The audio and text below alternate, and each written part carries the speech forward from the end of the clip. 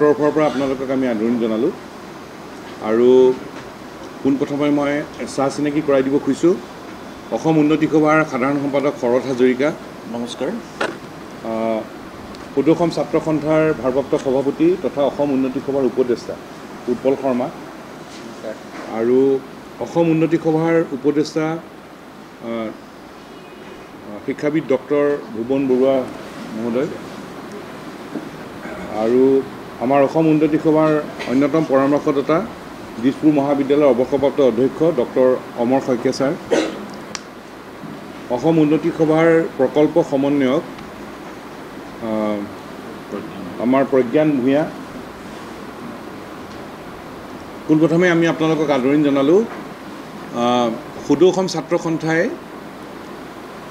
অসমত এটা পৰিকল্পিত অৰ্থনৈতিক সংগ্ৰাম আগুৱাই নিয়াৰ লক্ষ্যৰে অসম উন্নতি সভা গঠন কৰিছিল আৰু ইয়াৰ এটা ধাৰাবাহিক এটা যাত্ৰা আছে।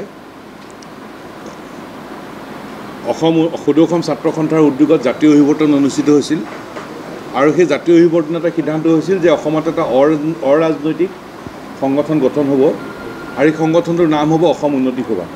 সেইটো 98 চনতেই এই সিদ্ধান্ত হৈছিল আৰু তাৰপিছতে 2002 চনৰ 8-9 অক্টোবৰ তাৰিখে অসম উন্নতি সভা গঠন হয় গুৱাহাটী জিলা পুথিভঁৰালত অনুষ্ঠিত সভাত।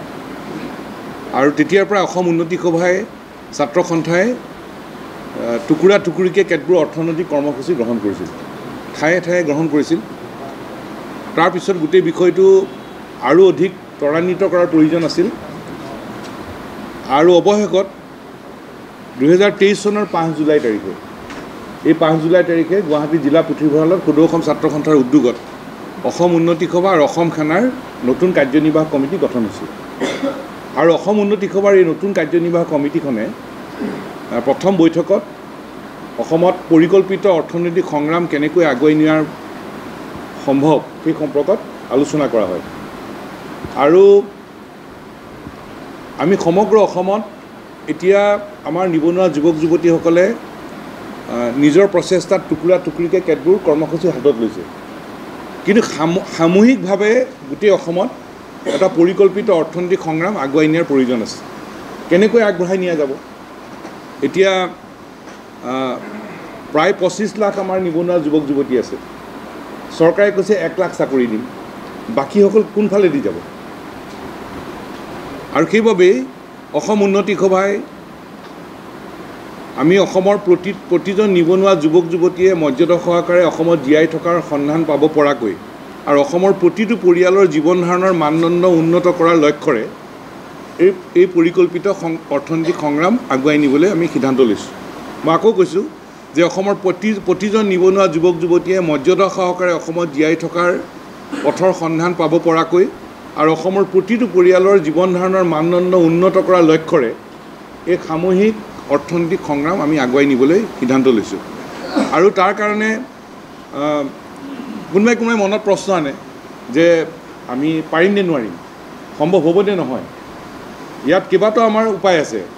আমাৰ কৃষি আছে, এগ্ৰিকালচাৰ আছে, হৰ্টিকালচাৰ আছে, ফিচিকালচাৰ আছে, সকলো স্তৰ ইয়াত উপায় আছে। একেধৰণে আমি বয়ন শিল্পৰ বিষয়টো আগবাঢ়ি নিব পাৰোঁ, টুৰিজিমৰ বিষয়টো আগবাঢ়ি নিব পাৰোঁ। অসমত সম্ভাৱনা বহুত আছে, কেৱল সম্ভাৱনাবোৰ আমি কেনেকৈ আগবাঢ়ি লৈ যাম। আৰু সেইকাৰণেই আমি আজিৰ তাৰিখত আমি প্ৰত্যেকজন যুৱক যুৱতীক আমি অনুৰোধ জনাব খুজিছোঁ, সকলোৱে আত্মবিশ্বাসেৰে আগুৱাই নিয়াৰ মন মানিব লাগিব আৰু আমাৰ মনটো হ'ব লাগিব যে আমি পাৰিম আৰু আমি কৰিম। আমি পাৰিম কৰিম এই সংকল্পৰে আমি আগবাঢ়ি যাবলৈ সিদ্ধান্ত লৈছোঁ। আৰু একেটা কথাকেই আমি উন্নতি সভাই ছাত্ৰ সন্থাই সংকল্প লৈছোঁ যে আমি পাৰিম আৰু কৰিম।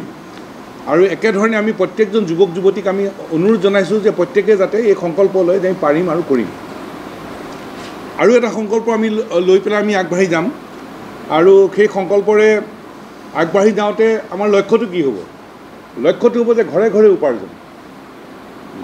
উপাৰ্জন, অসম জুৰি উৎপাদন আৰু ঘৰে ঘৰে উপাৰ্জন, এই লক্ষ্যৰে আমি আগবাঢ়ি যাম।